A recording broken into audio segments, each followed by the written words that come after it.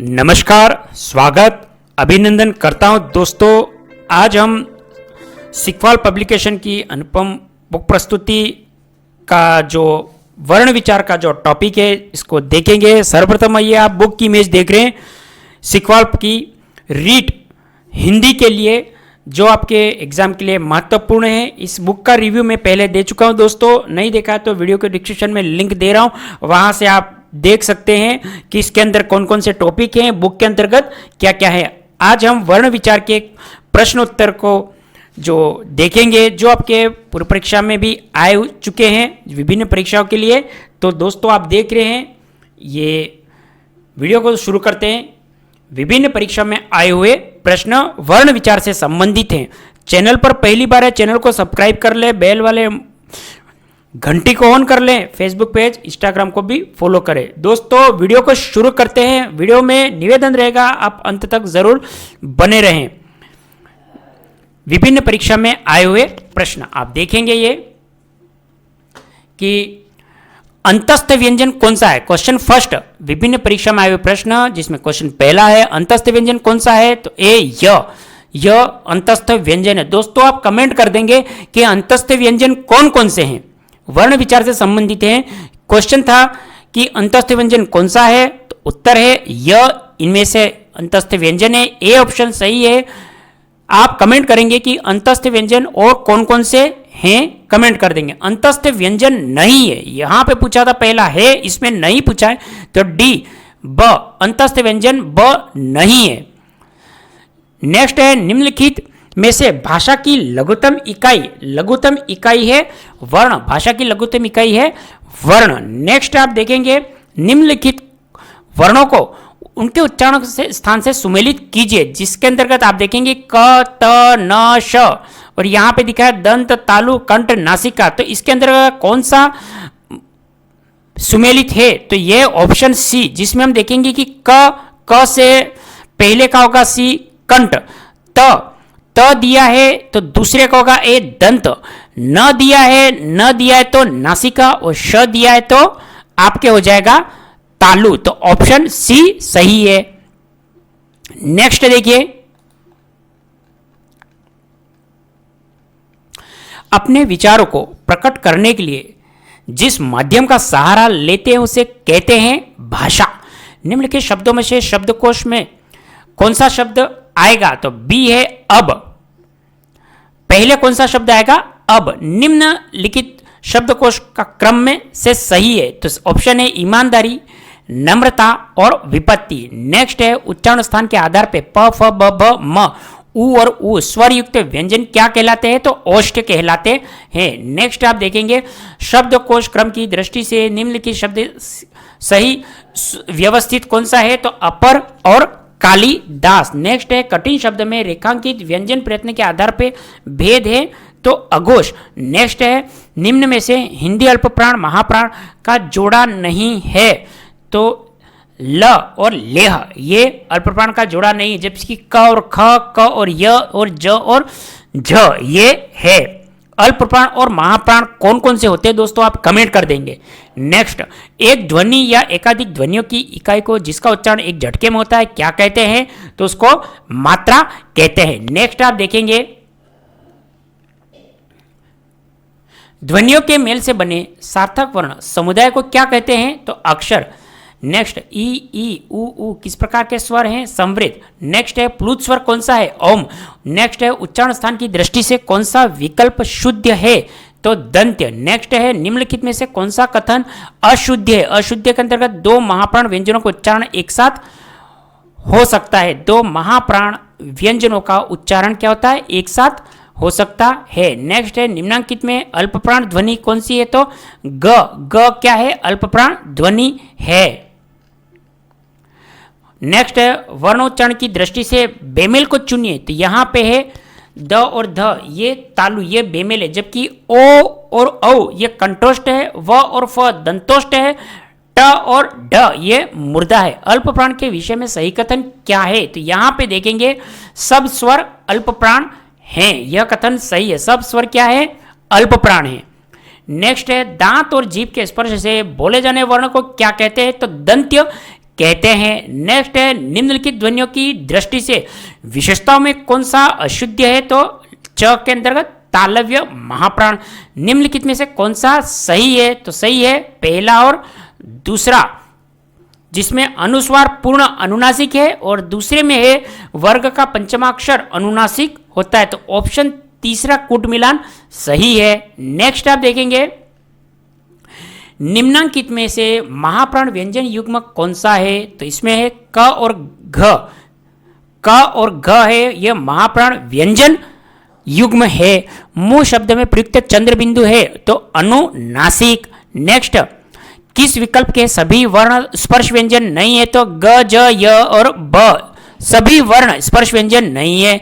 इनमें से हिंदी वर्णमाला से संबंधित कथन गलत कौन सा है, तो यहाँ पे देखेंगे समस्त स्वर अघोष वर्ण है।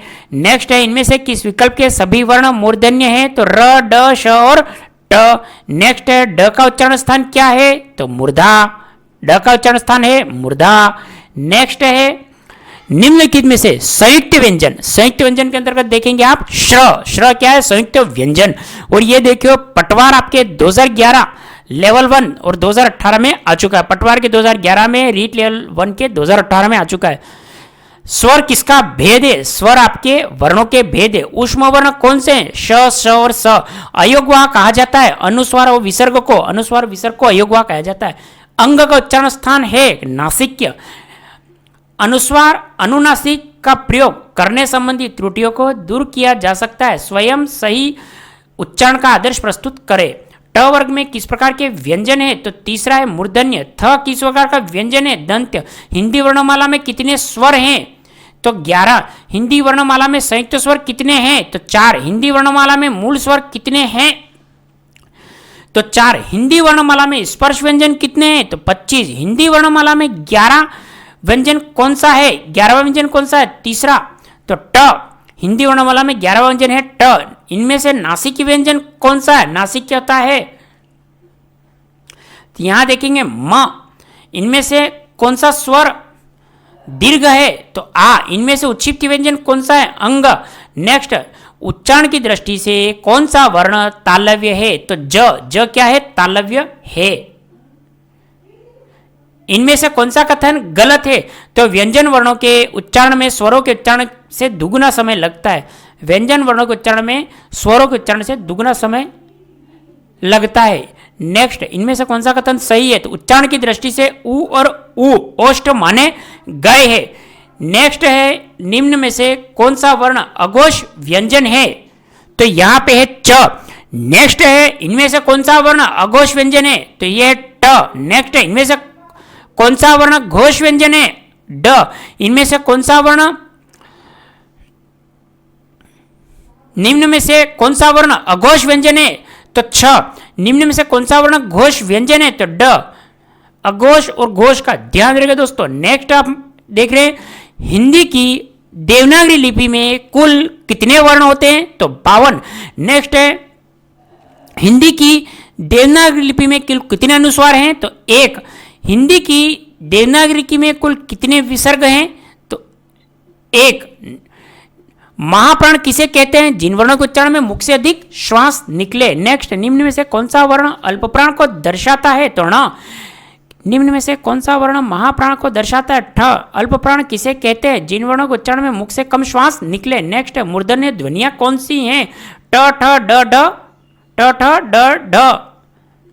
नेक्स्ट है निम्न में से कौन सा प्रकंपित वर्ण है, तो र। भाषा की सबसे छोटी इकाई, भाषा की सबसे छोटी इकाई वर्ण।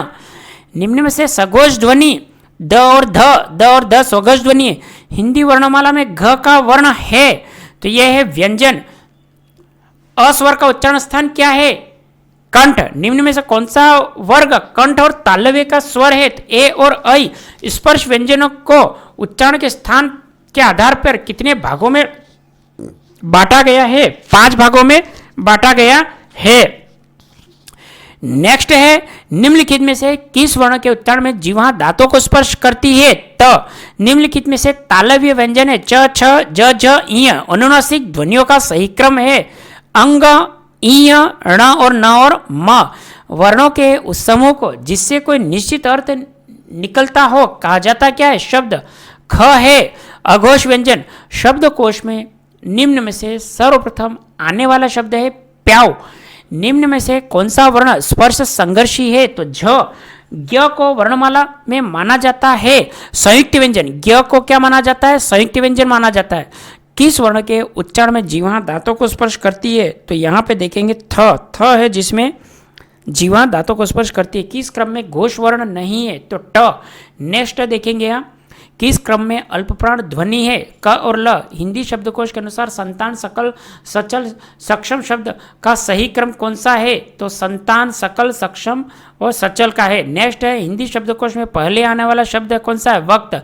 निम्न में से दंत वर्ण है आप देखेंगे त। हिंदी शब्दकोश में अम किस वर्ण से पहले आता है तो यहाँ देखेंगे अ। श वर्ण किसके योग से बना है तो क और श। घ का उच्चारण स्थान कौन सा है घ का उच्चारण स्थान है कंठ। निम्न में से सघोष क्या है घ। निम्न क्रमांक में ई स्वर का सही उच्चारण स्थान कौन सा है तालु। कौन सा वर्ण घोष नहीं है छ। निम्न में से महाप्राण वर्ण कौन सा है महाप्राण वर्ण देखेंगे क और च एक महाप्राण वर्ण है। निम्न में से अल्पप्राण वर्ण कौन से हैं तो ये क और ग। ए और ऐ वर्ण क्या कहलाते हैं कंठ और तालव्य। श ध्वनि किसके अंतर्गत आती है संयुक्त वर्णों के अंतर्गत आती है। नेक्स्ट आप देखेंगे इनमें से संयुक्त व्यंजन कौन सा है तो ज्ञ एक संयुक्त व्यंजन है। उच्चारण की दृष्टि से प्रयत्न के अनुसार हिंदी में ड और ड व्यंजनों की सही संज्ञा किस क्रमांक के अंतर्गत है तो उच्छिप्त। नेक्स्ट देखेंगे कौन सा वर्ण ओष्ठ्य नहीं है तो ओष्ठ के अंतर्गत व नहीं जबकि उ बड़ा उ और प ये ओष्ठ्य है। किस क्रम में अघोष व्यंजन है तो श और स। किस क्रम में अघोष व्यंजन है तो त और थ अघोष व्यंजन है। निम्न में से महाप्राण वर्ण है श। निम्न में से महाप्राण है थ। निम्न में से सघोष वर्ण है अ। भिन्न भिन्न स्वरों के मेल से जो स्वर उत्पन्न होता है उसे संयुक्त स्वर कहते हैं। कौन सा व्यंजन त वर्ग का नहीं है तो यहाँ पे देखेंगे म। किस शब्द में री स्वर नहीं है तो रिवाज। त्रि की ध्वनियाँ हैं तो त और र। संयुक्तों को छोड़ के हिंदी में मूल वर्णों की संख्या कितनी है तो दूसरा यहाँ पे देखेंगे 44। संयुक्तों को छोड़ के हिंदी में मूल वर्ण कितने हैं 44। निम्नलिखित ध्वनियों में से बताइए कि कौन सा वर्ण ओष्ठ्य नहीं है तो यहाँ पे इ जबकि म प और फ क्या है ओष्ठ्य है इ नहीं है। यहाँ पे नहीं पूछा था। वर्ण कितने प्रकार के होते हैं दो। किस क्रम में सघोष व्यंजन है तो य और र। अपभ्रंश के 8 स्वरों के पश्चात हिंदी में किन दो नए स्वरों का विकास हुआ है तो ए और औ ऐ और औ। उच्चारण स्थान की दृष्टि से इनमें से कौन सा व्यंजन तालव्य है। तालव्य व्यंजन के अंतर्गत आप देखेंगे यहाँ पे ज। अल्पप्राण ध्वनियों का समूह कौन सा है तो यहाँ पे है च ज और इ। च ज और इ अल्पप्राण ध्वनियों का समूह है। नेक्स्ट हम देखेंगे प्यास का शब्द है जो वर्ण का विच्छेद क्या होगा तो यह प धन य आ धन स और अ। नेक्स्ट है किस शब्द में ऐ स्वर नहीं है तो स्नेह में ऐ स्वर नहीं जबकि वैदिक ऐक्य और पैतृक में है। यह आर्टेट प्रथम 2011 में आ चुका है। किस शब्द में री स्वर नहीं है तो रिवाज किस ध्वनियों के अनुसार कहा जाता है यहाँ पे स्वर के बाद आने वाली ध्वनियों को नासिक्य ध्वनिया कहा जाता है। किन ध्वनियों को अनुस्वार कहा जाता है तो स्वर के बाद आने वाली जो नासिक्य ध्वनियां हैं उन्हें अनुस्वार कहा जाता है। पंचांग शब्द से उच्चारित ध्वनियों का लेखन में किसमें हुआ है तो यहाँ पे पंचांग द्वित्व का प्रयोग किस शब्द में नहीं है तो यहाँ पे तीसरा कुत्ता जबकि सच्चा वल्गार बग्गा में द्वित्व का प्रयोग है जबकि कुत्ता में नहीं है। निम्नलिखित में से कौन सी बात गलत है तो ब सघोष ओष्ठ्य महाप्राण। नेक्स्ट देखेंगे नीचे के होंठ को यदि काट दिया जाए तो किस ध्वनि के उच्चारण में कठिनाई होगी तो ब। उच्छिष्ट ध्वनियों का प्रयोग हुआ है पढ़ाई में। शब्दकोश में श्रद्धा शब्द किस शब्द से पहले आएगा श्रमिक। किस व्यंजन के उच्चारण में जीवा तालु से नहीं टकराती है तो घ। किस क्रमांक में अंतस्थ व्यंजन है दूसरा है र और ल। ई व्यंजन का उच्चारण स्थान कौन सा है तो दूसरा तालव्य। किस क्रमांक में पश्च स्वर है तो दूसरा होता है यहाँ पे उ। श्र त्र और ज्ञ। श्र त्र और ज्ञ क्या है एक संयुक्त व्यंजन है। मंगला शब्द का सही मानक शब्द है मंगला। नेक्स्ट हम देखेंगे व्यंजन वर्गीकरण की दृष्टि से उच्चारण के स्थान पर व और फ किस क्रमांक में आते हैं, तो दंतोष्ठ। किस क्रम में अंतस्थ वर्ण नहीं है, तो ह अंतस्थ वर्ण नहीं है। किस क्रम में स्पर्श संघर्षी व्यंजन है, तो छ। किस क्रम में पार्श्विक व्यंजन है, तो यहाँ पे देखेंगे ल। किस क्रम में तालव्य व्यंजन नहीं है, तो तालव्य व्यंजन नहीं है, तो ग। ओम को किस तरह का स्वर कहा जाता है, तो प्लुत स्वर कहा जाता है। किस क्रमांक में अघोष व्यंजन नहीं है, तो दूसरा है य, अघोष नहीं है। न व्यंजन का उच्चारण स्थान कौन सा है, वत्स और नासिक्य। श के साथ री की मात्रा जोड़ने पे क्या बनेगा, तो श्री। वर्ण किसे कहते हैं, तो किसी भाषा की लघुत्तम सार्थक ध्वनि को वर्ण कहते हैं। री को क्या कहेंगे, री को यहां स्वर कहेंगे। रू का वर्ण विच्छेद, रू का वर्ण विच्छेद किस क्रमांक के अंदर है, र और उ। ये आपका ऑप्शन पहला सही है। स्वर तंत्रियों में कंपन के आधार पे हिंदी वर्णमाला में व्यंजनों के दो वर्ग कौन से हैं, तो अघोष और सघोष। ज्ञ व्यंजन किन ध्वनियों के मेल से बनता है, तो दूसरा है ज और इ। किस क्रमांक में सघोष महाप्राण काकल्य व्यंजन है, तो तीसरा होता है ह। किस क्रमांक में विवृत स्वर है, आ। संयुक्त व्यंजन किस क्रमांक में है, त्रि। नेक्स्ट देखेंगे उच्चारण के कालमान को क्या कहा जाता है, मात्रा। जिस स्वर के उच्चारण में दो मात्राएं लगती है उसे क्या कहते हैं, गुरुस्वर। दो मात्रा लगने वाले को क्या कहते हैं, गुरुस्वर। उष्म व्यंजन श किस क्रम में घोषवर्ण नहीं है, ट। किस क्रम में अघोष व्यंजन है, प और फ। किस क्रमांक में मूर्धन्य व्यंजन है, ढ। किस क्रमांक में मूल स्वर है, उ। प और फ का उच्चारण स्थान ओष्ठ। हिंदी के शब्दकोश में ज्ञान शब्द कहाँ मिलेगा, च वर्ग के वर्णों के क्रम में। उच्चारण के स्थान की दृष्टि से कौन सा व्यंजन तालव्य है, ज। निम्न में से किसका उच्चारण स्थान ओष्ठ है, तो फ। व्यंजन वर्गीकरण की दृष्टि से ल व्यंजन किस वर्ण भेद में रखा जाएगा, दंत्य।